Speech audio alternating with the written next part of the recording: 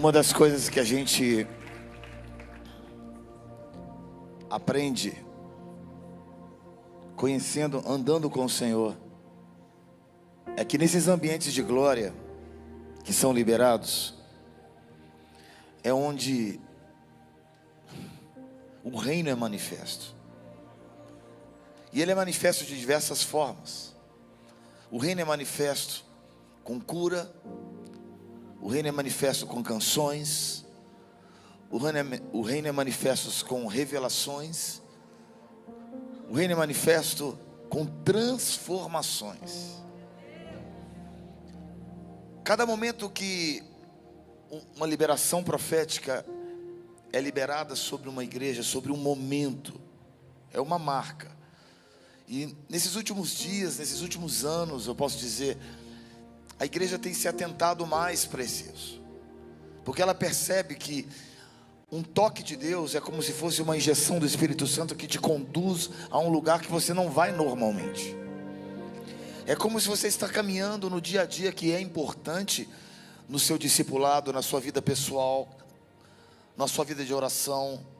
Normalmente, quando de repente você tem um boost, que a gente chama, né? Algo te faz você andar maior, mais rápido. É o que a gente chama de um toque do Espírito Santo, de uma liberação profética. É por isso que nós temos os 5 ministérios. Nem todo mundo faz a mesma coisa. Em Efésios capítulo 4 diz que cada um foi chamado para um dom, e ele distribuiu esses dons. Nem todo mundo é pastor, nem todo mundo é profeta, nem todo mundo é apóstolo, nem todo mundo é mestre, e nem todos são evangelistas. Ele pode ter te dado um dom, ele pode ter te dado um chamado, mas é importante você entender, quando nós nos tratamos de honra e tratamos de herança, falando de legado, você precisa entender quem você é, porque a sua identidade, ela é essencial para o derramamento da unção. Porque se você está deslocado da sua identidade, você pode ser muito sincero, mas a unção não cai sobre você. Efésios capítulo 4 fala que ele deu dons aos homens, e aquele dom é essa injeção. Mas tem algo, por mais sincero que você possa ser, e trabalhar com muito esforço, se você não está alinhado com os céus, você pode estar fazendo um grande esforço e estar deslocado dessa unção na sua vida. Quero que você feche seus olhos e faça uma pergunta: Senhor, qual é a minha identidade? Quem eu sou? Essa, eu creio que, depois de aceitar Jesus, é a pergunta mais importante, porque isso vai definir quem você é. Quem te define é Deus, não é você. Eu escolho ser pastor. Não, eu escolho ser missionário. Não, você não escolhe, você reconhece. É diferente. Eu estou fazendo um esforço para ser o próprio. Não, não é assim. O reino de Deus, tem um desenho de Deus. A Bíblia fala em Efésios capítulo 4, que Ele deu uma herança para cada um de nós. E Ele faz convergir todas as coisas ao conhecimento do mistério de Deus dentro de nós. Quão é importante descobrir esse mistério. Mistério, não é ministério, é mistério para entender o seu ministério. Se eu tentar ser uma pessoa que eu não fui desenhado para ser, eu não vou fluir 100% na plenitude, porque ele fala da plenitude. Nós somos chamados para sermos plenos, somos chamados para sermos completos, somos chamados não para corrermos uma carreira para todo mundo ver, somos chamados para completarmos uma carreira que os céus desenharam para você. Então eu quero que você feche os seus olhos e faça uma pergunta para o Senhor: Senhor, qual é o desenho que o Senhor tem para mim? O Senhor tem um desenho para mim, Senhor, e dentro desse desenho me ajuda a entender como crescer. Que aí vem os ambientes proféticos, porque são os úteros que geram esses chamados. Você foi chamado, não foi para um seminário. Você foi convidado para um útero profético.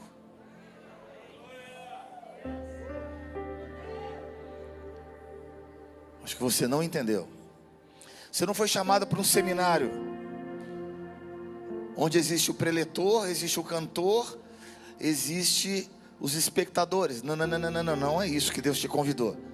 Deus te convidou para você participar de algo que vai ser gerado dentro de você. É outra coisa. No momento que você pisou naquela porta, fez a sua inscrição, participou, falou, eu quero entrar. Deus está falando, ok, então eu vou te dar uma semente. Não é uma inscrição, não é uma pulseirinha. Eu vou te dar uma semente profética. Ninguém vai sair daqui sem algo que Deus vai frutificar na sua vida. Levante as suas mãos bem alto.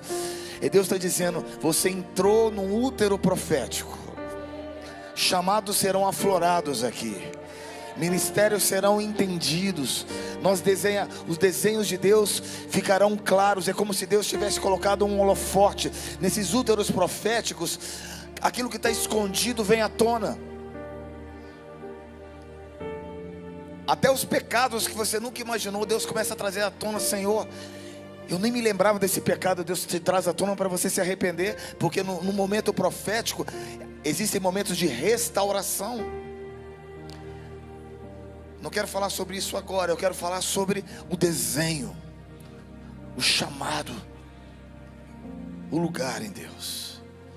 Hoje existe um esforço tão grande para as pessoas serem bem-sucedidas.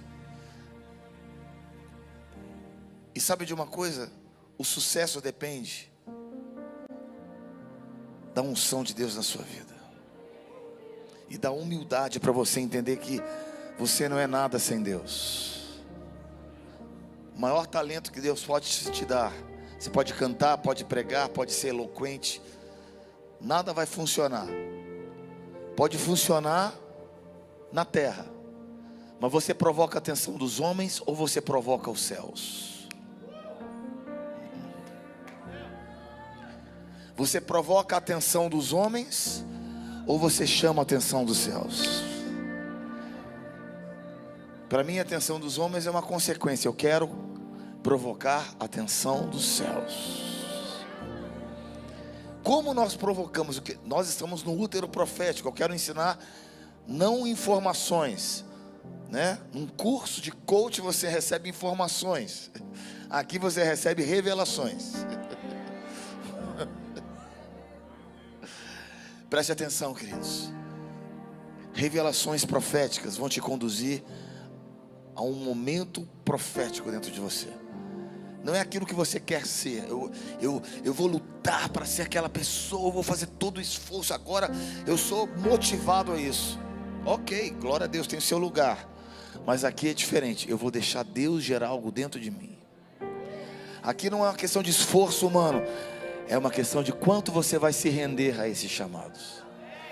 Aqui você não vai tentar conquistar na sua força. Aqui você vai deixar Deus.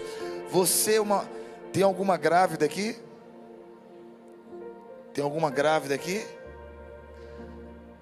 Tá ok. Você já foi grávida. Mulheres que já tiveram filhos. Preste atenção. Você faz algum esforço para a criança ser gerada dentro? Você faz algum esforço para os ossos serem colocados no lugar? Cada órgão ser colocado? Você faz algum esforço para que isso aconteça? Ou a mulher simplesmente recebe e acompanha e protege? Sim ou não? Se você for igual a minha esposa, que teve 2 ao mesmo tempo, é mais complicado. Quando nós tivemos nossos gêmeos, eu não sou baiano, não sou nordestino, mas eu tenho 4 filhos. Que na verdade eram para eu ser 3 e Deus falou assim, ó, você quer um, eu te mando 2. Quando a minha esposa foi fazer ultrassom, ela estava fazendo ultrassom, tem 11 anos isso. Aí ela foi colocar ultrassom na barriga dela, o médico falou assim, quantos filhos você tem? Eu falei, meu Deus, comecei a gelar. Eu falei, eu tenho 2, agora são 4. Aí eu falei assim, eu entendi que ele estava dizendo que tinham 4 crianças lá dentro. Como é, doutor? Tem 4 crianças aí? Aí ele não entendeu, ele falou assim, tem 4. Ele estava dizendo assim, agora você tem 4 filhos. Eu falei, não, 4 filhos? Eu entendi que tinham 4 crianças lá dentro. Minha esposa começou a chorar, eu desesperado. Meu Deus do céu, o que é que vai ser da minha vida? Resumindo, você fez algum esforço? Minha esposa fez algum esforço? A não ser deixar gerar o filho, é claro, e deixar Deus trazer vida. Assim é com a sua herança. Assim é com a honra e com o legado que Deus te entrega nas suas mãos. Então essa manhã nós vamos começar o seminário recebendo uma semente profética. O que é o corpo? Cada um tem a sua função. Você vai receber um chamado. E você recebe o chamado e você reconhece. Quando a mulher está grávida, ela não sabe o sexo da criança, ela não sabe o jeito da criança. Hoje eu conheço os meus 4 filhos, né? 2 já são adultos, grandes, já estão em faculdade, e outros já são pré-adolescentes. Mas hoje eu conheço cada um deles, a personalidade. Mas quando nós recebemos a notícia que ela estava grávida, ou você está grávido hoje, você não conhece o seu ministério. Você não sabe qual é a cor dos seus olhos, não sabe a altura deles, você não sabe como eles serão, não sabe o talento de cada um, mas você sabe que vem algo grande aí. E a medida é algo que ninguém ensina na igreja. Mas Deus, Ele não te dá um sonho. Preste atenção no que eu quero dizer, você nunca ouviu isso. Acredito que não. Mas Deus não te dá um sonho estático, que toma lá o filho. Não. Ele te dá um sonho, Ele te dá uma semente. E dependendo de como você trata essa semente, dependendo de como você gera essa semente, o sonho vai crescendo. Vai crescendo. Em outras palavras, você tem o sonho do tamanho que você crê. As pessoas ensinam que é algo que Deus entrega. Pum! Não é assim. Deus te dá a semente. Agora quem cria é você. Porque é pela fé que o mundo é criado. Então você recebe uma promessa. Você conhece pessoas que tinham promessas tremendas para serem profetas, pastores, e de repente você olha e você não vê nada. Porque Deus deu a semente, Ele matou a semente. Vou te dar um exemplo. Gênesis capítulo 11 fala sobre Terá. Quem foi Terá? A Bíblia fala que Deus deu a esse homem uma promessa: saia de Ur dos caldeus e vá para Canaã. Terá era o pai de Abraão. Tinha 3 filhos, Naor, Harã e Abrão. No meio do caminho, ele estava saindo de um lugar, indo para outro. Quer dizer, uma promessa. Deus deu uma semente. No meio do caminho, ele perde um filho. Morre. O nome dele, Harã. E aquilo gerou uma ofensa contra Deus. Por que isso está acontecendo na minha vida? E a Bíblia diz que ele parou naquela cidade. E o nome daquela cidade, ele colocou o nome do seu filho, Harã. Ele exteriorizou a sua ferida. Em outras palavras, tem coisas que param pessoas. Tem pessoas, você vai ser você já recebeu aquela promessa, aquela profecia? Você vai ser isso. Quantos já receberam? Deus vai te usar assim, assim, assim. E por que não aconteceu ainda? Por que isso não é real ainda na sua vida? Talvez porque você não criou um ambiente profético e protegeu aquela criança. Talvez é porque você não teve a fé suficiente. E talvez existem ofensas na sua vida que estão bloqueando o sonho de Deus para você. O que Deus faz? Gênesis capítulo 12. Saia da tua parentela. Deus pega a promessa do pai de Abraão e entrega na mão do seu próprio filho. A outra geração não entendeu, mas eu vou entender com você. Deixa eu te falar uma coisa. Deus tem uma promessa para essa nação, mas se nós não entendermos, Deus passa para outra nação. ainda está com a gente, ainda está com você, ainda está conosco. Mas se nós não entendermos, Deus pega a sua promessa e gera em outro lugar. Mas as promessas de Deus não deixarão de serem cumpridas. E o que Ele faz? Ele fala para Abraão: Abraão, sai da tua parentela, sai de tudo da sua casa, para a terra que eu vou te mostrar. Deus fala: tira tudo da sua vida, que são os sonhos parasitas, aquilo que está rodeando você, que suga você. Sai. Ele sai, mas ele leva consigo uma pessoa. Quem é? Seu sobrinho Ló.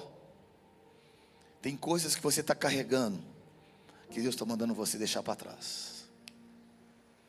Tem coisas que Deus está dizendo: está pesado demais para você. Eu não mandei você carregar isso que você está carregando. Ministério tem desafios, mas não pode ser peso. Ministérios, chamado, desenho de Deus, tem obstáculos, tem dificuldades, mas não é sempre assim. Tem o favor de Deus, tem o óleo de Deus, tem a marca de Deus, tem o selo de Deus, tem a honra de Deus, tem a glória de Deus, tem a alegria do Espírito Santo. Se aquele ministério que você carrega é pesado, triste, é porque não foi Deus que te deu. E talvez você tenha que fazer como Ló teve, aliás, como Abraão teve que fazer, separar de Ló. A Bíblia fala em Gênesis capítulo 12, 13 e 14, sobre a história de Gênesis, que Deus parou de falar com Abraão. Puxa, Deus parou de falar com ele, porque ele carregava um peso desnecessário. Na hora que ele saiu e separou de Ló, a Bíblia fala: agora eu volto a falar com você. Pode se assentar, querido. Em outras palavras, o que eu quero dizer para você é que Deus vai te dar o desenho essa manhã, mas você precisa aprender a tirar todo o peso da sua vida. Pode colocar aqui embaixo? Fala comigo: eu vou tirar todo o peso da minha vida. Cadê? Ah, tá.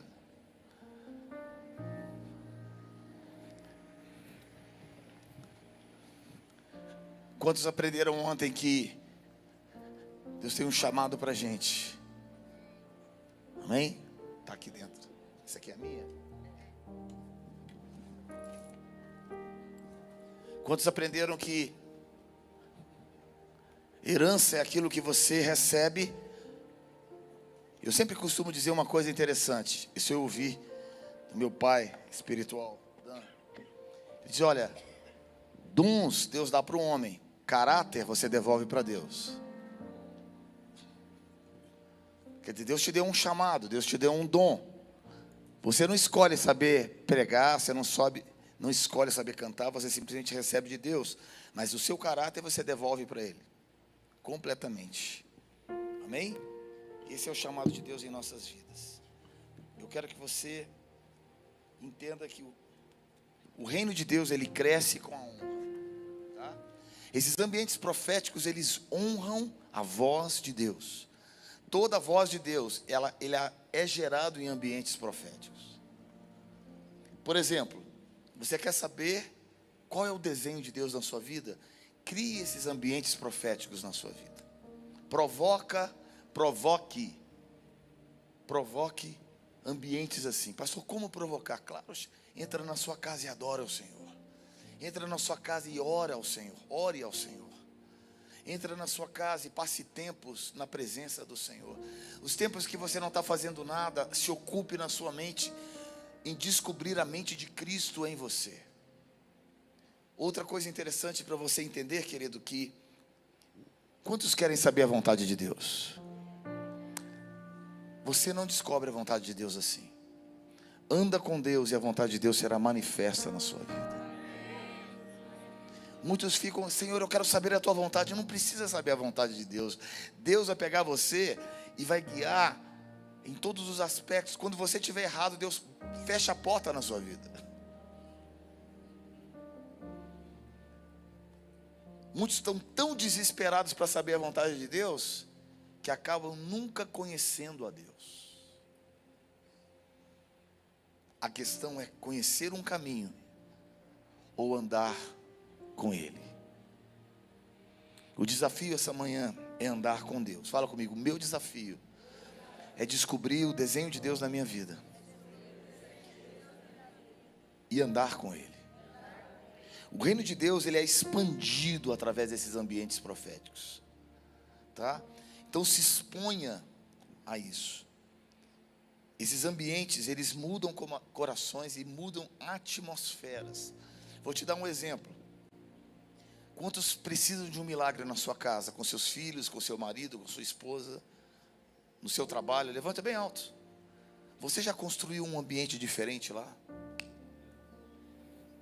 Como assim? Não, eu estou orando, oro 24 horas. Ok, você ora as suas orações, ou você ora as orações que os céus colocam dentro do seu coração? Muitos de nós fazemos orações como os publicanos, tentando bater na porta, pá, pá, pá, pá. Mas você já parou para pensar que talvez haja uma contradição em nossas mentes? Por quê? Jesus diz assim, não useis de vãs repetições. Por outro lado, ele diz assim, bater, bater e abrir-se-vos-á. Qual é essa contradição? Simples, é tão simples. Quando você fala das suas necessidades, você fala uma vez, Ele é seu Pai, Ele vai te ouvir. Pai nosso, santo é teu nome, santificado, venha o teu reino sobre nós. Ele conhece as nossas necessidades, mas quando se trata dos desafios do reino, desafios na vida de uma outra pessoa, o reino precisa descer na sua vida, e a gente tem que lutar, nós temos que bater, temos que expandir. É por isso que ele fala, não é uma contradição, as suas necessidades Ele te conhece, e Ele sabe. Por isso, que você não precisa conhecer a vontade de Deus. Anda com Deus, que Deus vai manifestar a sua vontade naturalmente, vivendo o sobrenatural naturalmente na sua vida. Quando você olhar para trás, tem um rastro de Deus. Você vai reconhecer os momentos que você achava que estava certo e Deus fechou a porta na sua vida. Por quê? Porque você submeteu a sua vida ao caminho de Deus. Agora vamos falar da expansão do profético. É o momento onde você se expõe a esses ambientes. A sua casa, o seu ministério, o seu chamado, sua família, que precisa de um milagre. Você olha para a vida do seu filho, olha para a vida do seu marido, você fala, meu Deus, ele precisa conhecer a Jesus. E você está lá insistindo com a sua palavra. Você é aquela pessoa chata que acha que a sua voz vai convencer ele de mudar de opinião ou de vida. Ninguém muda ninguém. Quem muda é o Espírito Santo. O que você deve fazer? Muda o ambiente. Chega na sua casa, fica calado, não fala nada. Só seja um adorador, coloca uma canção, fala e ora em silêncio, mas ore adorando ao Senhor, se rendendo a Ele, agradecendo a Deus, não por aquilo que Ele quer que Ele seja, mas por aquilo que Ele já fez na sua vida. A expansão do reino, ela é feita com gratidão. O reino de Deus é expandido através da honra. Honre aquilo que Ele já fez, ao invés de demandar de Deus algo que Ele ainda precisa fazer. Deu para entender? Nós somos daqueles que sempre queremos algo da nossa carne na vida dos outros ou em nós. Nunca agradecemos a Deus por aquilo que Ele já fez. Diga para teu irmão, eu vou mudar as atmosferas então. Atmosfera no meu trabalho, vou mudar a atmosfera na minha casa, vou mudar a atmosfera, o ambiente espiritual. Como? Muito simples, seja um liberador. Seja um liberador. Quando tudo tiver difícil, libere os altares de adoração na sua casa. Seja uma pessoa sábia. Diga para o teu irmão, tenha sabedoria, fale menos e libere mais o reino. Fala para o teu irmão, seja uma pessoa sábia. Fale menos e libere mais o reino. À medida que o nosso coração entende o real sentido da honra, geramos um ambiente. E esse ambiente primeiro é manifesto no seu coração. Você só pode dar aquilo que você carrega. Você só pode gerar na vida do outro aquilo que transborda de você. Como eu posso transbordar sobre o profético se eu não estou cheio dele? Como se eu posso falar do desenho de Deus se eu não descobri o desenho primeiro? Você quer que o seu irmão, que o reino de Deus manifesta na vida dele, comece a manifestar em você o reino. Prega o evangelho, como se disse um sábio. Se preciso, use palavras. Jesus pregou o evangelho com o seu olhar. Manifesta o reino dentro de você. Como assim? Manifesta dentro de você. Como fazer isso? Nós vamos falar sobre isso. O principal termo hebraico da palavra honra significa peso. Fala comigo, peso. Portanto, a pessoa honrada é tida como poderosa, como tendo importância, mas em grego o substantivo transmite o sentido de estima, de preciosidade. Na vida cristã, precisamos, quando colocamos um peso e quando reconhecemos os nossos limites e as nossas fraquezas, aos verdadeiros valores que ainda estão nos deixando, geramos uma honra, porque a honra é manifestada através da verdade.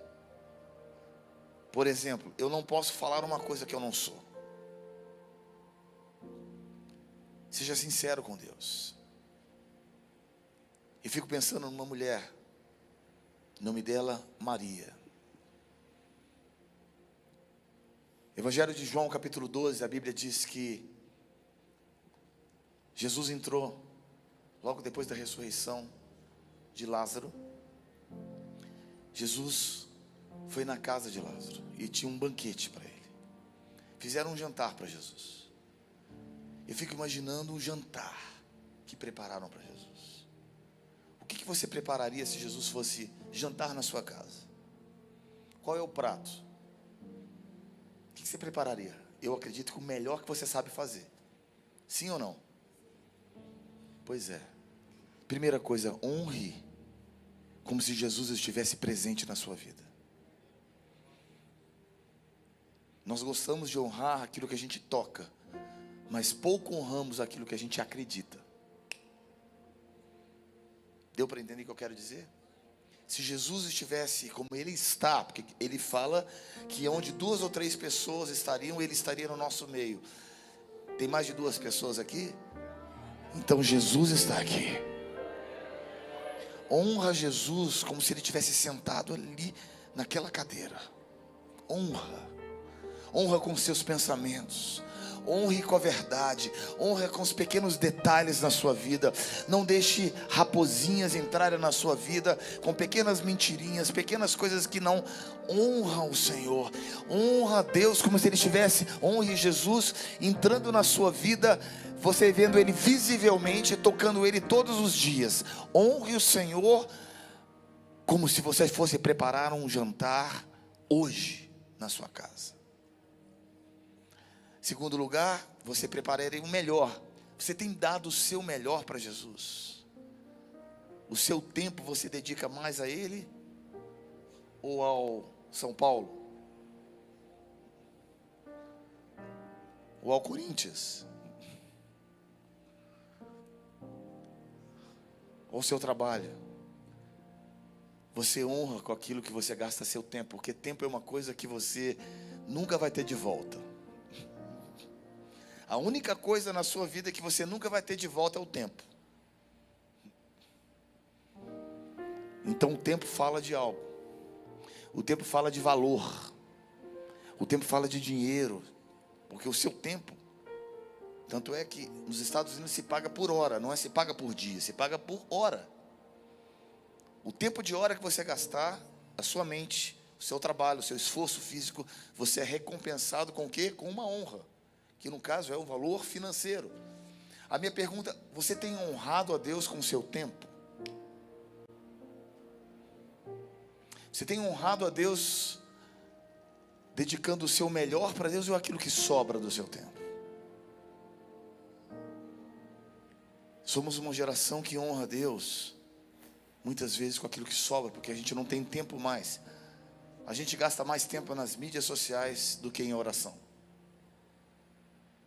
A gente gasta mais tempo querendo saber o que é a vida da pessoa. Eu fiz uma limpeza esses dias. Cortei um mundo de pessoas. Eu não quero saber da vida de ninguém. Eu só quero estar perto de pessoas que vão acrescentar alguma coisa na minha vida. Por que você precisa saber da opinião que aquela irmã usa tal coisa?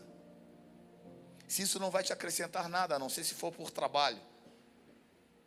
Nós gostamos hoje, na sociedade moderna, de se preocupar com a vida do outro, mas nós não honramos Jesus que está do seu lado. Precisamos voltar e honrar o nosso tempo. Honra seu tempo. Desliga seu celular, desliga sua mídia social. Para de se preocupar com a vida do outro. E só entra se for necessário.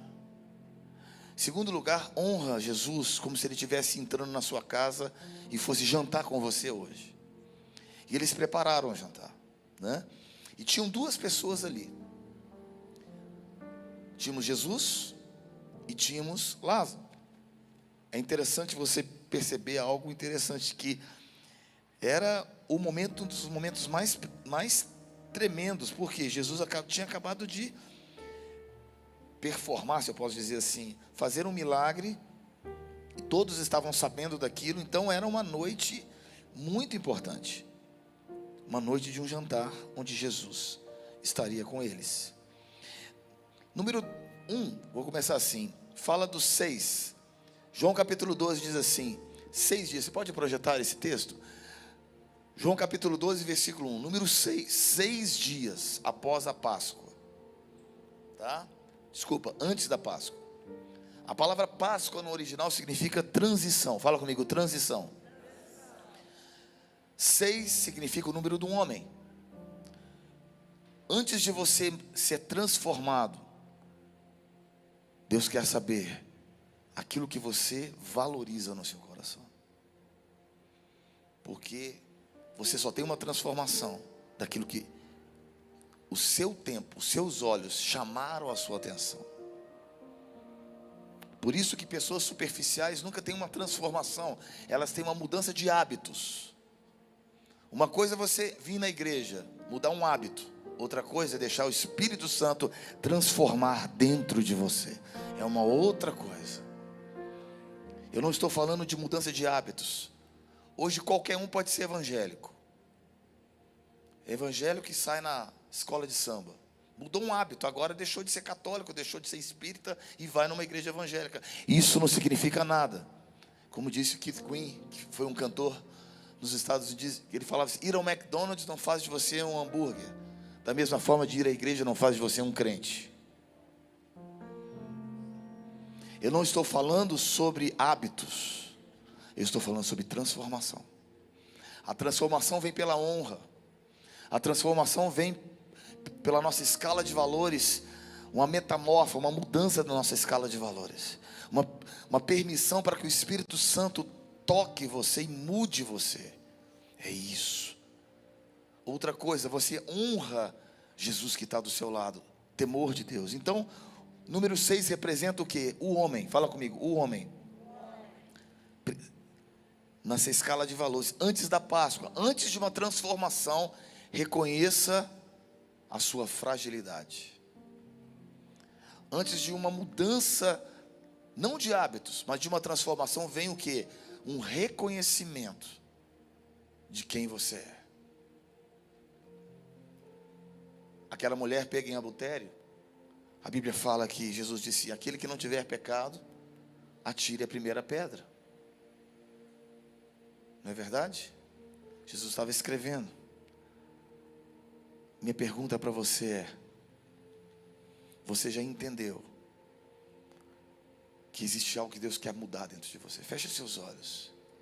Deus não te trouxe a um útero profético, a não ser para ele gerar algo, mas para se gerar algo, o seu útero tem que estar limpo. Não pode ter um útero com um câncer. Não pode ter nada que impeça. E o pecado é um câncer. 6 dias antes de uma transformação, tem que existir um reconhecimento. É um desespero pelo seu estado. Fala: Senhor, eu preciso mudar. Bata a mão no seu peito e fala: Deus, eu preciso mudar. Eu preciso mudar. Eu estou na igreja por hábito, mas eu quero uma transformação. Eu preciso gerar. Eu preciso trazer o ambiente profético para todas as áreas da minha vida. Voltando a falar de Maria, a Bíblia fala que 7 demônios perturbavam ela. E os estudiosos e teólogos dizem que cada área da vida dela era perturbada por um demônio. Porque o número 7 representa uma totalidade. Quer dizer, era uma mulher completamente perdida, completamente possuída em cada área da sua vida por demônios. Jesus expulsou todos eles. E ali estava ela, naquele jantar. Os 2 principais protagonistas: Jesus, aquele que havia performado um milagre, e Lázaro, o próprio milagre. Quando entra essa mulher que 7 demônios haviam perturbado, e Maria rouba aquela cena. Ela rouba a cena. Ela rouba a cena pegando um vaso de alabastro, aquilo que ela tinha de mais precioso, aquilo que era o valor para ela, aquilo que a honra, ela honrou o Senhor. E sabe de uma coisa que a gente não presta muita atenção, mas é muito real nesse texto? Ela não estava preocupada com a opinião das pessoas. Ela não estava nem aí que ali estavam os escribas, estavam as pessoas olhando para ela e tocando um sacerdote com seus cabelos, ungindo o Senhor com aquilo que ela tinha de melhor. Ela preparou, não foi um jantar, ela preparou tudo para Jesus. Para se gerar algo novo em você, Deus precisa ocupar um espaço vazio do nosso coração. Quanto mais espaço, nós nos tornamos oráculos de Deus, receptores do reino. Quanto mais, por isso que eu falo, por isso que eu comecei essa ministração de hoje dizendo: o sonho de Deus não é estático, o sonho de Deus não é parado. Quanto mais eu permito que Ele gere, maior o sonho de Deus se torna em mim. Quanto mais eu me exponho, preste atenção no que eu vou te falar, vai mudar a sua mentalidade. Quanto mais eu me exponho a ambientes proféticos, maior se torna a promessa de Deus aqui na terra. E nós estamos correndo contra o tempo. Quanto mais você permite que o reino seja revelado a você, maior Deus vai ampliando o espaço dentro de você. E quanto mais Ele amplia o espaço dentro de você, maior o resultado que Ele vai gerar através de você. Portanto, não existe comunismo no Evangelho. Nós sempre pensamos que for salvo, acabou. Não, a Bíblia fala que existe os galadões. Terão aqueles que sentarão mais próximos de Jesus. Terão aqueles que entenderam uma mensagem que não era... O grande lance não era ir para o céu. O grande lance era viver os céus na terra. O grande lance era chegar lá respingado simplesmente pelo sangue de Jesus. Chegando lá, né, todo chapiscado, porque o muro era estreito, chegou lá nos céus. O grande lance era: Senhor, eu já te conheço. O Senhor usava, o Senhor fazia milagres. Sabe, o grande lance é permitir. Levante a sua mão bem alto, agora você vai entender. Permita que o reino, você se engravide do reino essa manhã. Permita se expor a ambientes proféticos mais e mais. Isso vai ampliando, vai ampliar cada vez mais o reino de Deus dentro de você. Permita ser ousado em honrar Jesus contra a opinião de todos, contra um sistema religioso totalmente adverso ao reino de Deus. Permita-se viver os céus hoje, não amanhã. Os céus vivendo hoje, através da sua vida. Ele vai expandindo, ele vai crescendo, as coisas vão se manifestando, e é naturalmente, queridos. Deixa eu te dar um versículo que a gente não entende. Paulo vivia assim. Todas as coisas cooperam para ele. Todas as coisas concorrem para o bem daqueles que amam. Vamos lá. Aqueles que? Não é para todos os crentes. Ele fala todas. Tem momentos da minha vida que eu falo: Senhor, eu não vou fazer nada, só vou te amar. Eu não sei como proceder nessa situação. Senhor, eu não sei como agir diante de uma situação como essa. Desafios, problemas. Sabe o que eu faço? Eu vou amar Jesus. Como assim? Eu vou amar Jesus. Eu vou aprender a descansar. Não é irresponsabilidade, não. É inteligência. Ele diz que ele dá àqueles que estão dormindo, aos seus. Enquanto eles dormem, Deus dá o reino para eles. Eu aprendi isso. Que se eu tentar lutar na minha força, eu vou bater com a cara na parede. Então, diante dos maiores desafios da minha vida, sabe o que eu faço? Eu durmo. Eu vou amar Jesus. Sabe o que acontece? Ele aparece. Ele sempre aparece. Agora você entende por que Jesus, no meio de uma tempestade, Jesus estava dormindo. Os discípulos vão acordar eles: Senhor, você não importa que a gente está morrendo. Eu sei por que eu vim aqui na terra. Eu sei que o Pai me chamou para um desenho. E o meu chamado é expandir o reino. Eu vou dormir. Essa tempestade faz parte do cenário. Mas eu sei para onde eu estou indo. Todas as coisas concorrem para o bem daqueles que mergulham em águas profundas do amor de Deus. E é aí que o inimigo fica desesperado. É quando ele percebe que quanto mais ele bota desafio para você, mais você escapa. Por quê? Igual aquele sabonete cheio de... Você tenta pegar, não pega.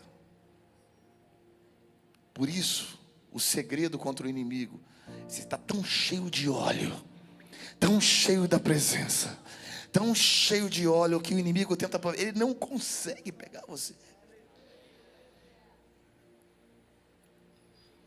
Porque ele sabe que você não será afetado pelas circunstâncias. Feche seus olhos por um momento. Esse é o turning point que a gente chama em inglês, a virada de uma vida de intimidade com Deus. A gente deixa de ser meninos para nos tornarmos filhos. Tem 4 etapas na vida de um homem. Menino, você nasce menino. Você nasce criança, você nasce totalmente imaturo. Sinais de maturidade: microfone, eu quero um espaço, eu quero que as pessoas me vejam. Isso é menino. Tem gente aí com 50 anos que é menino. Enquanto eu conheço garotos de 20 que são filhos. Vamos passar rápido por essas fases. Aí você se torna filho. Isaías capítulo 9 diz que um menino nos nasceu, mas um filho se nos deu. Ser filho é reconhecer a dor do pai. Ser filho é participar dos sofrimentos de... Existe um evangelho hoje que fala, olha, você é o centro do universo, você é um amado de tudo, nada vai acontecer de ruim na sua vida, a sua vida é perfeita, você vai viver isso, e não, você vai cumprir, não existe enfermidade, só prosperidade. Você já ouviu, quem já ouviu evangelhos assim? Só entrar na internet, é o que mais dá sucesso hoje. Você quer seguir de seguidores, começa a falar isso. Popularidade, é por quê? Porque o seu eu, a sua carne quer ouvir isso. A sua carne quer ouvir isso aí, ó.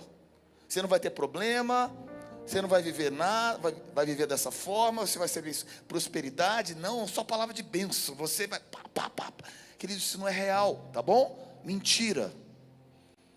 Que a Bíblia fala que o servo não é maior do que o seu Senhor. Não estou dizendo que a sua vida vai ser miserável, estou dizendo que nós precisamos aprender com as tempestades ao nosso redor. Nós geramos crentes fracos, geramos crentes que não sabem lutar, não sabem aprender a dormir no meio da tempestade, pessoas que não sabem confiar em momento da adversidade, desvia. Se Deus trouxer uma perseguição religiosa a essa nação, eu te garanto que os 40% de evangélicos se tornam 5%. Porque foram gerados num ambiente humano, não foram gerados num ambiente profético. Alguns anos atrás, eu não sei se eu contei isso aqui a última vez que eu estive. Alguns anos atrás na África, um grupo, eu contei isso? Não, né? Um grupo chegou, um grupo de extremistas islâmicos entraram numa igreja. Eu não falei? Falei? Não falei? Ah, tá bom. Eu falo, tá bom. Talvez você não. Quantos já ouviram? Ah, então tá bom. Metade não ouviu. Então eu vou falar para essa igreja aqui, ó. Essa igreja já fica só intercedendo. Metade da igreja, não pode contar a resposta, tá? A igreja, eles entraram na igreja, colocaram todo mundo na parede e iam fuzilar. Mas eles deram 5 minutos para as pessoas que se convertessem ao islamismo, saíssem e fossem para fora. Metade da igreja ficou, metade saiu. Eu acho que no Brasil ia ficar 10%. Minha opinião, pelo que eu vejo aqui no mundo. Tá? Saiu. Quando ele saiu, ele mandou baixar as armas. Na hora que ia fuzilar, disse: eu acabei de converter, mas eu não aguento entrar num lugar com hipócritas. Então eu vim adorar com os verdadeiros. Porque o nosso chamado não é encher a igreja, mas povoar o céu.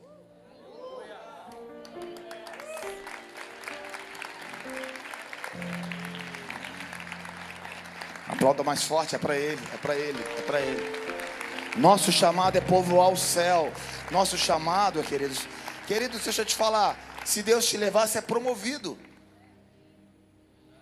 Como é que a igreja primitiva começou?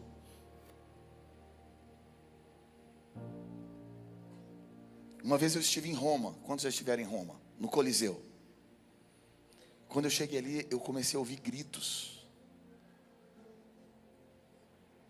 Sangue de tantos irmãos que morreram pela causa do Evangelho.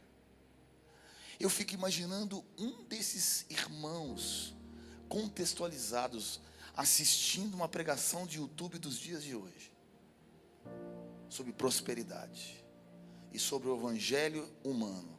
Eu fico imaginando um cara desse parando, peraí, o que eles estão pregando aí? Eu dei a minha vida, cara. Minhas crianças morreram, que famílias inteiras cristãs iam ser alimento dos leões. Sabia disso? Isso é história. A gente esquece de onde a igreja começou. Mas quanto mais Eles alimentavam, mais o profético crescia, mais a fé aumentava, os milagres aconteciam, por todos os cantos o evangelho crescia, a palavra de Deus foi pregada em toda a Ásia. Por quê? Porque alguém teve a coragem de dar a sua vida pelo evangelho. Eu não estou dizendo que você vai ser alimento de leão, mas eu estou dizendo que, e se for? Se nós entrarmos nos próximos anos, que eu acredito que infelizmente isso pode acontecer, porque a única forma de purificação hoje é através de uma perseguição. Se acontece uma perseguição religiosa no Brasil, o que nós faríamos? O que nós faremos? Eu tive o privilégio de andar em Cuba durante 20 anos, andar e voltar, eu conheci os irmãos. E eu vejo que nós não estamos preparados para um lugar como esse. Não estamos preparados porque somos mal acostumados, mimados. Tem pessoas em Cuba que andam 4 horas para entrar num culto. Feche seus olhos por um momento. O profético, a voz de Deus precisa entrar dentro de você. Que não importa. O seu bem-estar não é tão importante, queridos.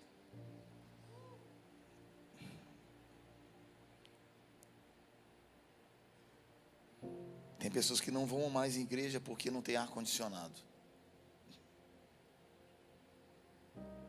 Maria pegou um frasco de nardo puro, que era um perfume caro, e derramou sobre os pés de Jesus, e ela roubou a atenção. Ela se tornou a principal protagonista daquele momento. E o interessante é que Jesus não impediu ela. Jesus não tem problema de exaltar um homem e trazer fama para ele, se ele carrega uma mensagem da cruz. Mas o interessante é que ela apontou para os pés de Jesus. Tudo que nós fazemos, a gente deve apontar para os pés de Jesus. Tudo que nós somos deve apontar para quem Ele é, e não para o que nós somos. Não é sobre nós, é sobre Ele. Não é aquilo que você pensa, mas aquilo que Ele é. As justificativas humanas, elas existem. Por que você não vendeu e deu para os pobres? Quantos querem gerar esse ambiente no seu coração? Eu vou colocar alguns pontos, está no livro, mas eu quero recapitular com você, se você está lendo. Primeira coisa, reconheça que o Senhor está realmente te levando a uma nova estação, tá bom? Quantos reconhecem que Deus está fazendo algo novo? Ele quer fazer algo novo. Ele quer te colocar grávido, Ele quer expandir, Ele quer que você se torne um oráculo, Ele quer que a sua mente não esteja a mesma, que você cresça espiritualmente. Primeira coisa, reconheça isso. Segundo lugar, reconheça os homens e mulheres que mais te influenciaram nos últimos anos, e honre essas pessoas. Abra um espaço, porque a unção que você honra é a unção que você tem. Comece a ouvir e ser exposto a mensagens e a homens que carregam algo.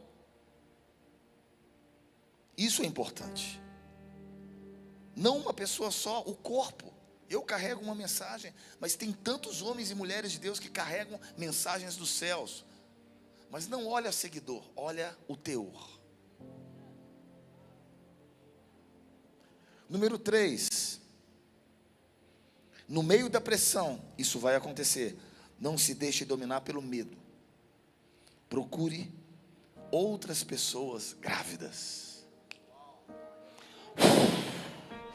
No meio do desafio, no meio da tempestade, não procure um coach, procure homens que estão passando pela mesma coisa que você, grávidos. Eu estou fazendo uma denúncia. Se você não gostar, não tem problema, eu vou embora amanhã do Brasil. Não precisa me apedrejar. Eu tenho falado isso por onde eu vou. Nós precisamos de denúncias, denunciar o pecado, denunciar o exagero, denunciar o humanismo dentro da igreja. Queridos, aquilo que serve para uma empresa não serve para a igreja. As técnicas que você usa lá são de lá, não é para cá. Aqui é outra coisa, é outro, fala comigo, é outro reino. Se é outro reino, tem um rei que manda. E não é o dinheiro, é Jesus. Então, no meio da tribulação, sabe o que você vai fazer? Procure outras pessoas que estão grávidas. Procure, no meio da pressão, você está lá no meio de uma tempestade, todo mundo gritando, você está lá, Senhor, o que eu faço? Procure pessoas que estão carregando a mesma essência que você. E já passaram por isso e vão acrescentar algo na sua vida. E não vão roubar de você. Estou no número 3. Número 4. Entenda que antes que você ocupe um lugar na terra. Essa é quente, cara. Essa é demais. Até um fundo musical a gente precisa. Antes que Deus te levante aqui na terra, um território aqui na terra, Ele precisa ocupar um território dentro de você. Se você não ocupar um território no seu coração, Deus não te dará um território aqui na terra. Entendeu? Ele precisa ocupar um território dentro, para depois ocupar para fora. Não acho que você entendeu? Territórios espirituais precisam ser galgados, né? Por isso que eu disse que o sonho não é estático. Deu para entender? O sonho não é parado. O sonho pode ser ampliado.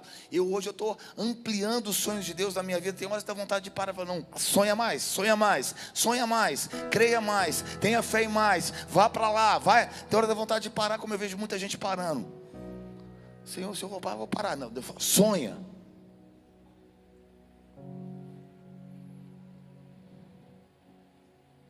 Os territórios que forem ocupados dentro de você, você vai ocupar do lado de fora.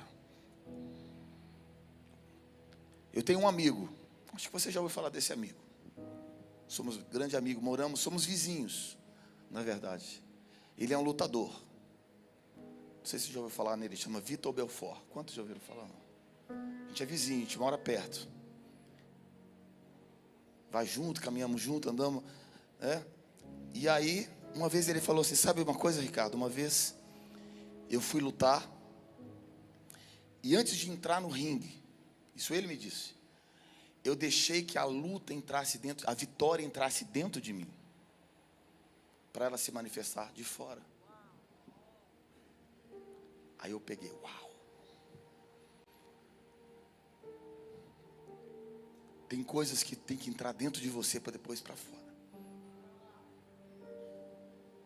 Vou dar um exemplo, pais. Quantos pais nós temos aqui? Pais e mães. A paternidade, a maternidade tem que entrar dentro de você. Deus não te gerou para ser somente um pai biológico, uma mãe biológica.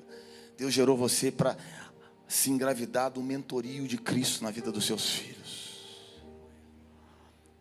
Deu para entender? É andar mentoreando os seus filhos.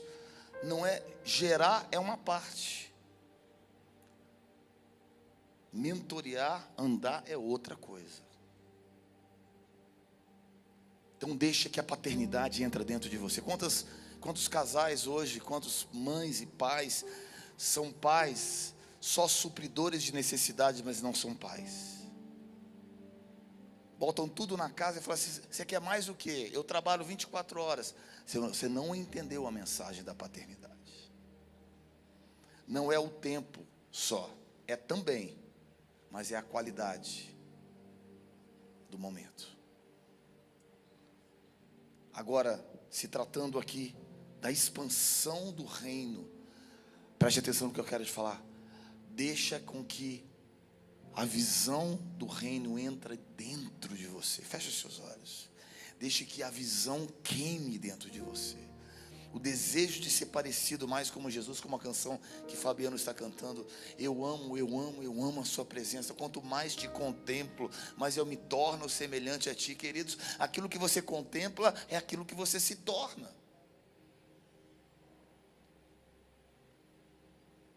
Aquilo que você dedica o seu tempo é aquilo que aponta para o que é precioso dentro de você. Eu consigo enxergar uma pessoa pelo tempo que ela determina por coisas. Aquilo que você honra o Senhor. Honra o Senhor. A gente fala muito sobre dinheiro, de dízimo, e é importante, mas eu gosto muito do que um grande amigo meu fala, o nome dele é Luciano Subirá. Ele diz assim: você dá 10% para se lembrar que os outros 90% pertencem a ele. A gente dá 10%, fala, o restante é meu, Jesus, eu faço o que eu quiser. Você não entendeu nada, cara. Você não entendeu que tudo é por ele, tudo é para ele. Eu não dou 10%, eu dou tudo. E deixo ele administrar o que ele quer, porque tudo é dele. Eu deixo, eu dou, tem que dar. Não dê só 10%, dê tudo. Dê tudo para ele. Mas deixa eu voltar nesse texto. O tamanho dessa conquista, preste atenção. O tamanho dessa conquista determinará o tamanho que a sua visão ocupará. Deu para entender? Quantos querem ter visões grandes no reino? Então deixa ela entrar dentro de você. Deixa essa visão queimar dentro de você. Número 1, 2, 3, 4. Número 5, é isso? Não caia no erro de querer a aprovação e apoio das pessoas. Na expansão do reino, a primeira coisa que você vai ser provado é tentar chamar a atenção e a aprovação. É exatamente o contrário que Deus faz. Quanto mais você quer crescer em Deus, mais Ele vai te deixar sozinho.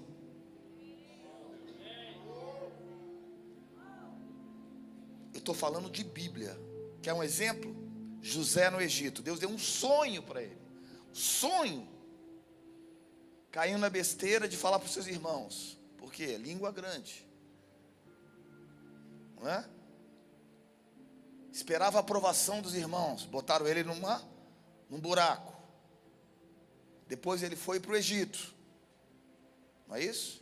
Depois foi para a prisão. E lá ficou 13 anos, não é isso? E lá esperando o quê? Ele nunca perdeu a fé que aquela promessa ia acontecer. Fala, Deus, eu não vejo nada, mas eu sei que o Senhor me deu um sonho. Eu sei que o Senhor ocupou um espaço dentro de mim. Eu sei que eu estou grávido de algo sobrenatural. Eu sei que um dia esse governo que eu engravidei vai amadurecer e vai vir à luz. Quando, Senhor? Quando? Querido, uma mãe sabe quando a criança está para vir à luz. Contrações. Vai se aproximando do parto, né? A mulher não consegue dormir direito. Deixa eu ver se eu sou bem, se eu me lembro ainda, né? A mulher não consegue dormir direito. Se são gêmeos, então, meu querido, é um desespero total. Porque a mulher sempre dorme do lado que a outra criança não está, não é assim? Né? Ela dorme num canto que a criança está para o outro lado, não é? E quando são dois, vai para onde? Bota a perna para cima e não sabe para onde vai. A minha mulher estava tão desesperada que ela chegou na médica e falou assim: se você não tirar esses meninos hoje, eu vou para outra médica. Deixa eu te falar uma coisa. Você sabe quando está na hora. Não se preocupa que a hora que a visão vai nascer.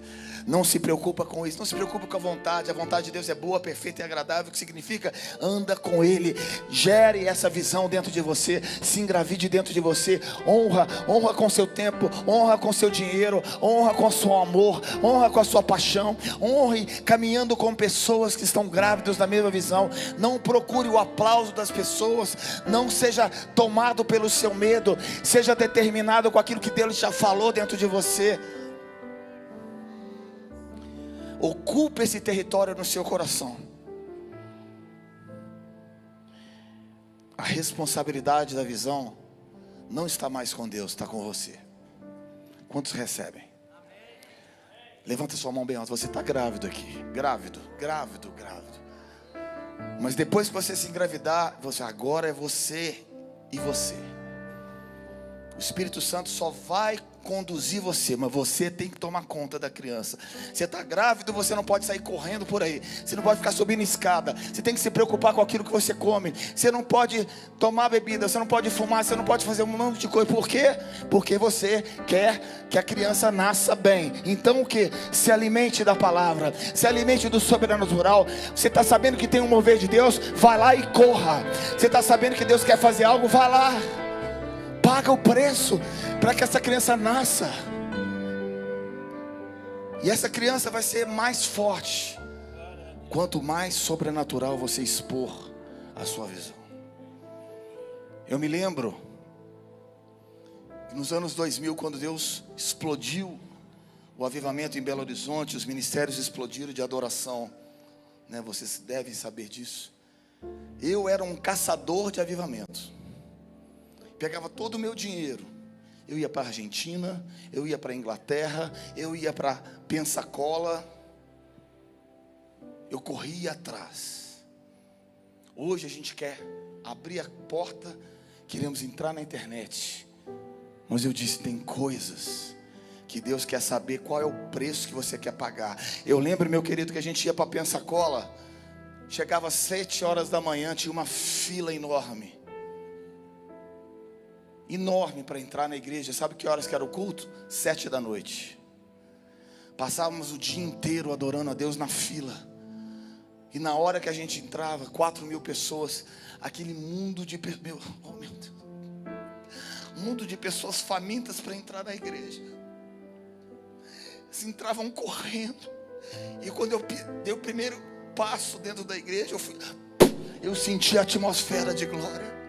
Deus honra atitudes radicais. Deus honra atitudes de sacrifício. Uma geração preguiçosa que quer só apertar um botão não vai obter de Deus nada. Ventres vazios. É óbvio que eu também sou alimentado por mensagens da internet. É uma benção. Mas isso não é o suficiente. Não é o suficiente. Número 5, né? Número 6. Não se mova por motivações erradas. Guarde seu coração. Esse é o momento em que guardar a palavra será essencial para o nascimento da visão que está dentro de você. Guarda essa palavra como a coisa mais preciosa que você tem. Guarda a sua essência. Guarde. Como guardar essa essência?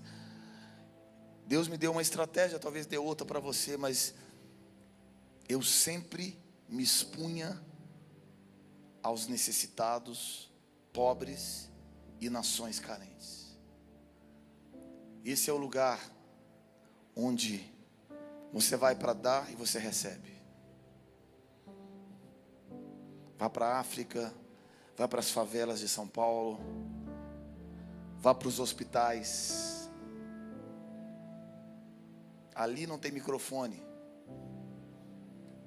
Ali não tem câmera. Mas tem o coração de Deus. E uma das coisas que acontece quando você se expõe a ambientes totalmente diferentes dos seus, Deus equilibra seu coração. Eu digo que eu fui salvo pela África. Fui salvo do meio gospel brasileiro. Fui salvo da fama brasileira. Fui salvo de mim mesmo. Sou o pior inimigo, sou eu. Você é o seu pior inimigo. Porque é como se fosse aquela rejeição da sua carne contra a vontade de Deus. Seu pior inimigo não é os seus líderes ou é a sua casa. O seu pior inimigo é a sua carne.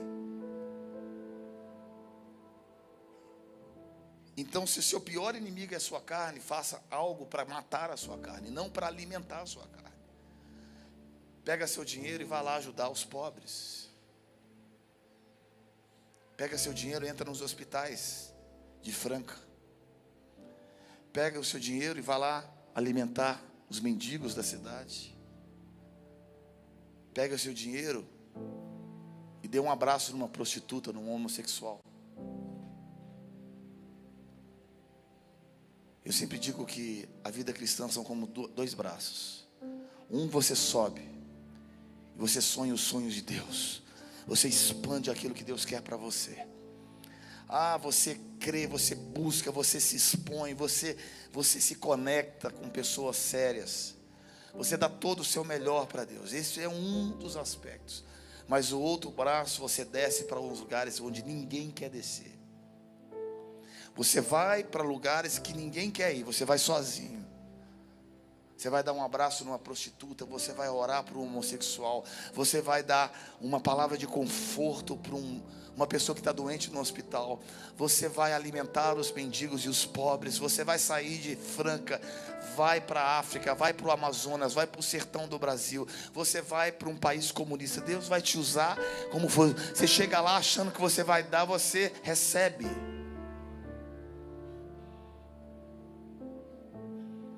E não apenas isso, você recebe o maior privilégio, que é Deus protege os seus olhos. Eu estou te ensinando uma coisa mais preciosa no ministério. Eu falei ontem e repito: vivemos uma geração de ministros e pastores que perdem Deus trabalhando para Deus. Mas perdem como? Perdem o brilho dos seus olhos. Perdem a essência de como eles começaram. Perdem a motivação. Perde a direção. Perde o foco. E não importa como você começa um chamado. Importa como você termina. Feche os seus olhos por um momento. Honra.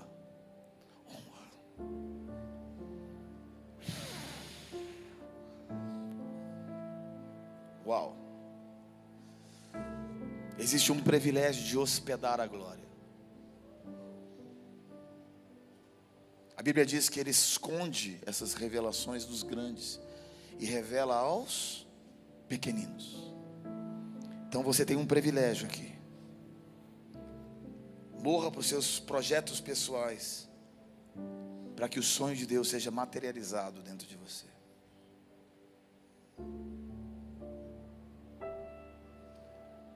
Canta aquela canção: eu amo a sua presença.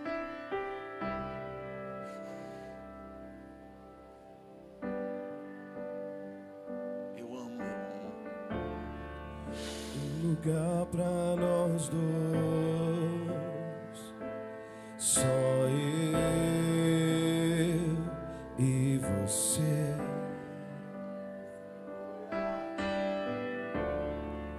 Um lugar pra nós dois. Só eu e você.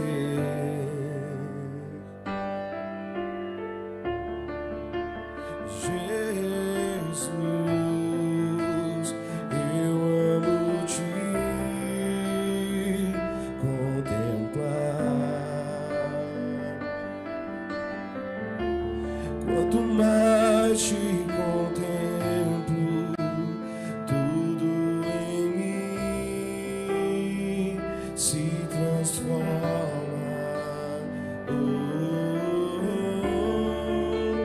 Jesus, eu amo te contemplar. Quanto mais te contemplo, mais semelhante a ti eu me torno.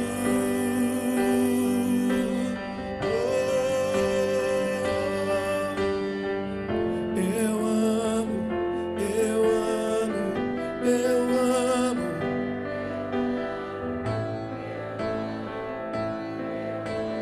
Tua presença, eu amo, eu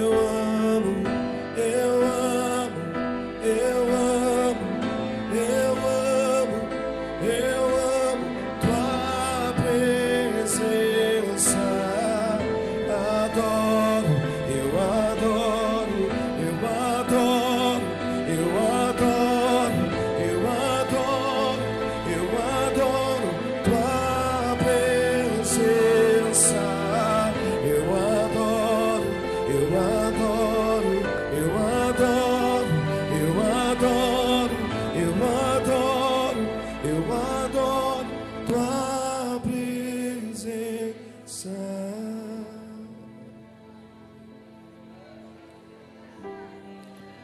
Existem 3 coisas que Deus está fazendo nos dias de hoje.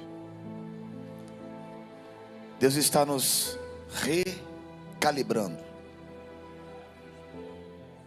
O que significa recalibrar? É você trazer de volta o sopro do Espírito dentro de você. Em segundo lugar, Ele está nos realinhando. Ele está nos colocando no prumo certo. Depois que Ele recalibra você, te enche com esse lugar, Ele te realinha. Aí Ele te reposiciona para o lugar que Ele tem para você. Nós estamos aqui número 1, 2, 3, 4, 5, 6, 7, 8. Acho que é 8. Privilégio. Para uns é 7, para a igreja de cá é 8. Se exponha a verdades de outros ministérios. Se exponha a pessoas que talvez você não tenha muita comunhão, mas que você acredita que tem uma porção de Deus diferente com a sua. Não existe uma pessoa que tem toda a verdade. Não existe todas as pessoas. Existe uma pessoa que tem, para cá o número 7, essa igreja. As revelações para uma pessoa. Número 8. Existe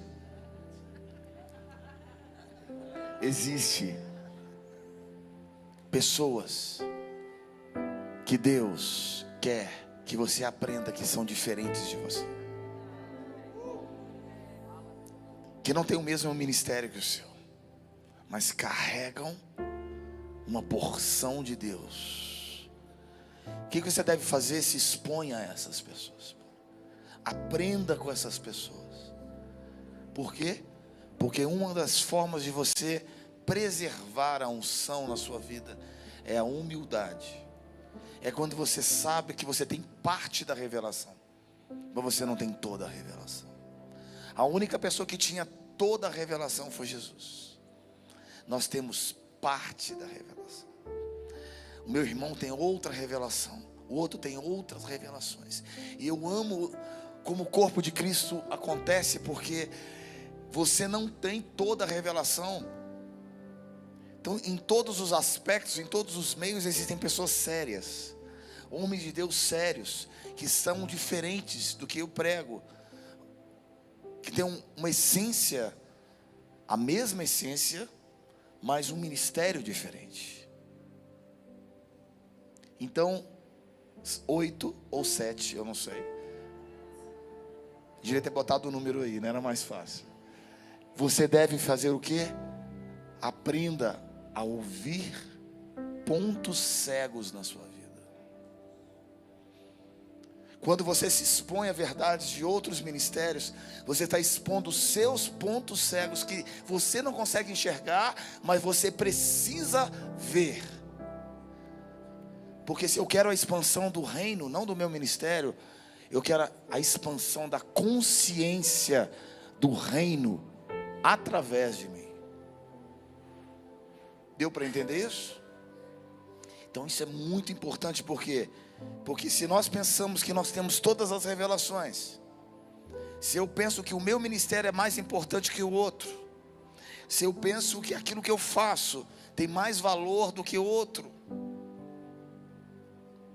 alguma coisa um dia vai parar. Porque vai parar de fluir o óleo, porque Ele distribuiu os dons. Quando o Senhor nos conduza a um lugar de governos, temos sim a nossa identidade bem definida. Eu sei quem eu sou e não tenho medo de compartilhar com quem tem. Efésios capítulo 4, versículo 17, depois você lê, fala sobre a insegurança de um líder.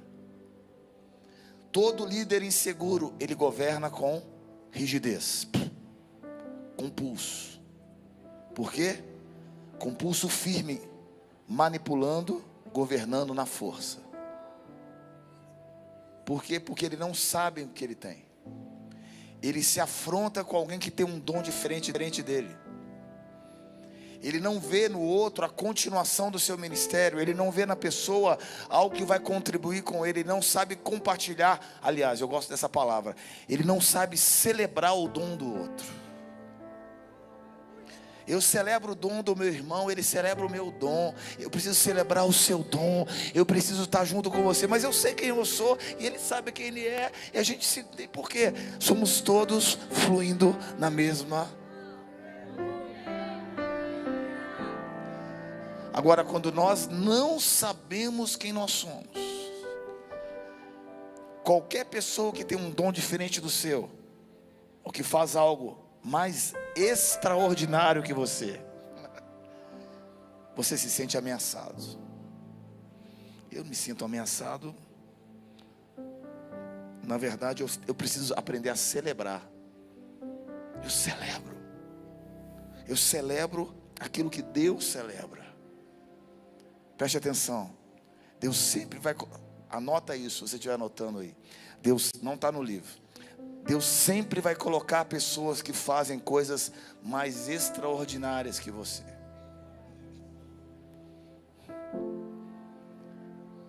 Para o nível de amadurecimento que Ele quer trazer à igreja, Ele sempre vai colocar pessoas que fazem algo mais extraordinário que você.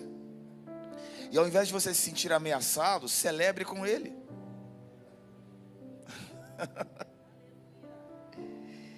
Isso é tão fantástico, queridos.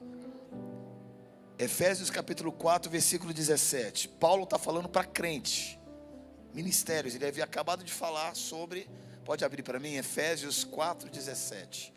Ele havia acabado de falar sobre os dons e talentos e sobre o corpo dos vários ministérios. Ele fala, isto portanto digo, no Senhor eu testifico. Quer dizer, ele não está falando para ímpios. Ele está falando para crentes, que não andem também como andam os gentios. Quer dizer, está falando para irmãos, na vaidade dos seus pensamentos. Vamos parar aqui. Se você não celebra o dom do outro, se você não celebra aquele que está uma outra geração junto com você, vivemos hoje a crise geracional. Por quê? Porque o Brasil descarta pessoas e não celebra o dom. Eu vivo numa nação onde quanto mais você tem conhecimento, mais você é honrado. Quanto mais experiência você tem, mais você é celebrado. Mas no Brasil é o contrário. A gente precisa lidar, por quê? Porque se prega que é sempre uma nova geração. Sabe o que a gente faz? A gente descarta pessoas porque a gente pensa linearmente.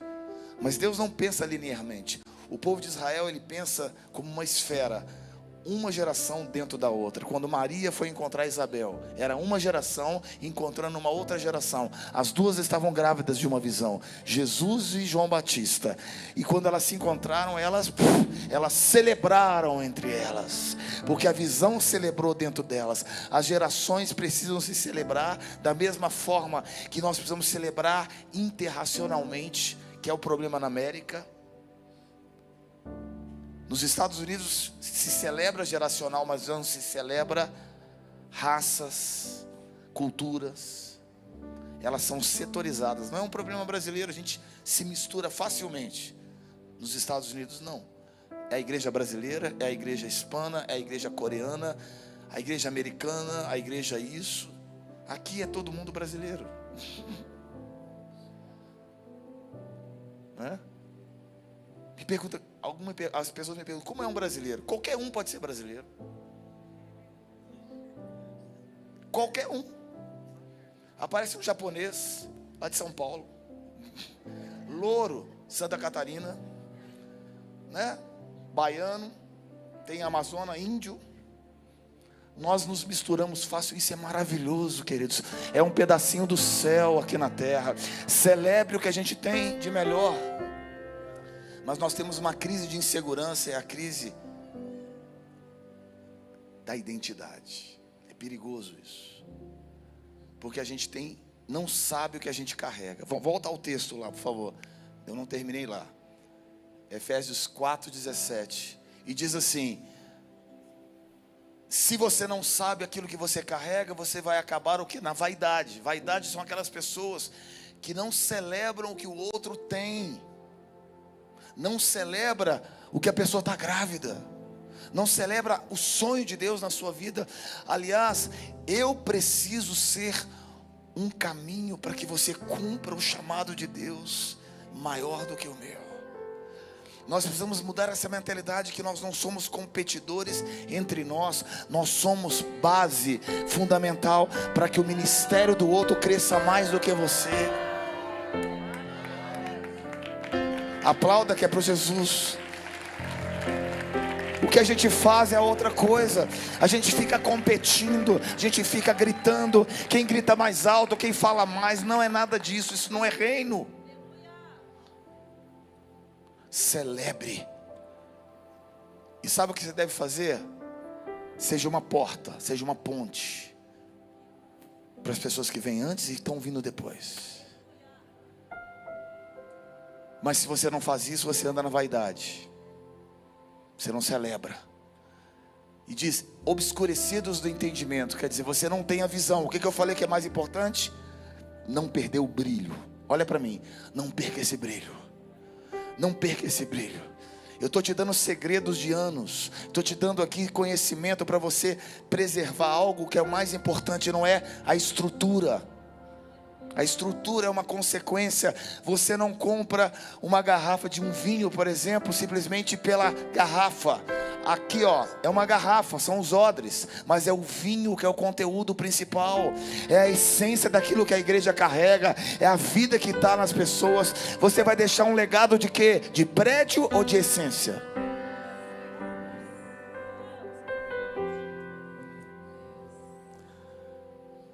Obscurecidos do entendimento, que significa o quê? Perdeu a essência.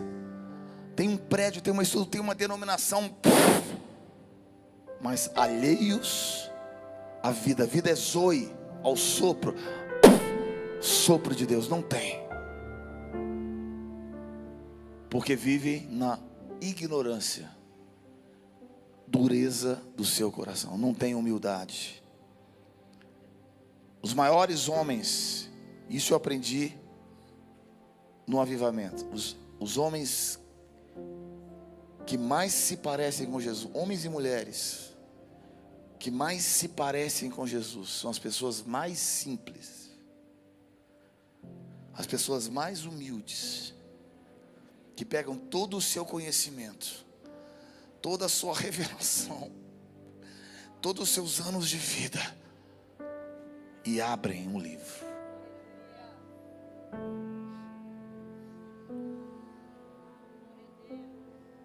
Isso é legado. Isso marca a vida de pessoas. Feche seus olhos. É muita revelação. Mas eu quero que você receba essa manhã. A nossa segurança não está em prédios. A gente aprende a entender a visão e o projeto de Deus, se expondo a outras realidades, porque quebra seu orgulho, nos torna mais humildes, faz você ver os pontos que você não consiga ver antes. No momento em que você se recalibra, se realinha, Ele te reposiciona dentro da visão que queima dentro de você. Número 9 ou 8, eu não sei. Esse contexto Deus afirma é quando você tem a afirmação dos céus. É quando os céus se rompem, os céus se rasgam e vem uma mensagem dos céus que diz: esse é meu filho amado. É quando o cenário muda. Sem você perceber, Deus coloca pessoas que você nunca imaginou para reposicionar você. É quando você não está esperando mais e Deus fala: Senhor, eu lembrei. Ele lembra de você. José, sobe para o governo. Chegou o seu tempo de você governar. Agora você está preparado. Eu não vou perder você lá em cima. Não vou perder você por um título. Não se impressione com o tamanho da visão, nem tampouco com os elogios, nem com as críticas. Torne uma pessoa focada nos céus. Saiba que quando a visão ela nasce, toma forma, ou você vai ser criticado, ou você vai ser aplaudido. Tanto uma coisa quanto a outra é perigoso. É o momento que você precisa focar. Focar o quê? No propósito. Ocupe esse lugar. Ocupe os lugares secretos. E a visibilidade e a necessidade da notoriedade nunca ocupará o seu coração. Se você souber o porquê Deus gerou isso dentro de você, se você souber o desenho que Deus colocou em você, a fama e a notoriedade não vão atrapalhar você. Porque você está focado naquilo que Deus tem. A única coisa que pode impedir você de avançar é o medo, orgulho e negligência e a falta de honra. Medo, orgulho, negligência e falta de honra. E a última, cerque-se de pessoas que irão alimentar você no sobrenatural. Não coloque um limite para você, até onde a sua visão pode ir. Deixa Deus como é que fala a palavra? Deixa Deus estar alargando a sua tenda. Não coloque limites para onde Deus vai levar você. Não feche a sua visão em 4 paredes. Quando eu falo 4 paredes, é limitar o que Deus pode fazer com você. Eu quero terminar esse momento aqui, com um texto que está em Abacuque capítulo 1, versículo 5, que diz assim: veja, olhai e maravilhai-vos, porque eu realizarei uma obra na sua vida, que se eu te contar previamente, você não vai acreditar. Eu não vou permitir que você atrapalhe o sonho te contando antes, porque você não vai acreditar. Esse foi o versículo que Deus me deu quando Ele me chamou para o ministério. Abacuque capítulo 1, versículo 5. Pode abrir? Abacuque 1, 5. Vede entre as nações, olhai, maravilhai-vos e desvanecei, porque eu realizo. Tem uma versão que diz: realizarei em vossos dias uma obra tal que vós não crereis, se vos for contada. E tem uma outra tradução em inglês que diz: previamente. Eu não posso atrapalhar você do seu pior inimigo, que é a sua incredulidade. Então eu deixo você em espera. Eu te dou uma visão pequenininha, como se você abrisse a porta e um raio de luz brilhasse. E aquele raio de luz, ele enche o seu coração de fé. Ele fala assim: vem. Aí você vai abrindo a porta, você dá o primeiro passo. Aí você vai descobrindo, são 6 passos e um sacrifício. 6 passos e um sacrifício. E o tempo vai passando. Quando você olha para trás, Deus realizou uma obra que, se você tivesse planejado, você não seria tão bem sucedido. Você não teria condição de criar tudo aquilo. Porque se a obra que Deus colocou na sua vida você é capaz de fazer, então foi você que fez, não foi Deus. Você jamais conseguiria montar um bebê de uma criança. É um boneco. Mas um filho é gerado através de um útero profético. A proposta de Deus aqui essa manhã é simples: se renda completamente a Ele. Jeremias capítulo 1, você pode abrir. Diz assim: Eu te separei por profeta entre as nações. Eu te separei por profeta. E tudo aquilo que você colocar na sua mão, eu vou abençoar. Farei você arrancar aquilo que precisa ser arrancado. E vou plantar aquilo que tem que ser plantado. Desde o ventre da sua mãe, eu gerei você como profeta às nações. Deixa eu contextualizar. Aqui, diz assim: eu te separei por uma obra entre as nações. Desde o ventre da tua mãe, eu separei vocês para algo extraordinário. Eu separei vocês para uma obra que vocês não conseguem realizar sozinho. E o convite é você dizer: Senhor, eis-me aqui. Muitos dizem: Senhor, Senhor, como Jeremias falou, eu não passo de uma criança, eu não consigo fazer isso. E é este lugar que Deus quer que você seja. Uma criança pula, uma criança confia, uma criança entrega. Esse momento que nós estamos aqui é um momento onde uma criança acredita no que o pai diz para ela. Acredite. Antes de formá-lo no ventre, eu te escolhi. Levante as suas mãos. É um tempo de você se engravidar essa manhã. Eu te escolhi. Eu te escolhi. Eu te escolhi para você se engravidar. Eu te escolhi para um sonho, para o extraordinário. Eu escolhi para algo que você jamais imaginou. Eu te separei. E antes de você nascer, eu separei você. Eu te designei como profeta. Eu designei para você ficar grávido de algo extraordinário. Não diga: Senhor, eu não sei, sou muito jovem. Mas Ele diz assim: eu vou colocar na sua boca as minhas palavras. Eu farei tudo o que eu ordenar. Você dirá. Não tenha medo. O medo pode parar você. Os limites param pessoas. A obra não é sua. Se fosse sua, a glória seria sua. Se os recursos fossem seus, o esforço também seria seu. Eu costumo dizer que dentro da sua unção tem a provisão. Dentro daquilo que dá unção, dá algo que Deus te dá, a provisão está lá. Então você não pode parar, porque a provisão está em você andar com Deus. A provisão está em você confiar aquilo que Deus colocou. Se você parar, tudo para. A provisão está dentro da visão.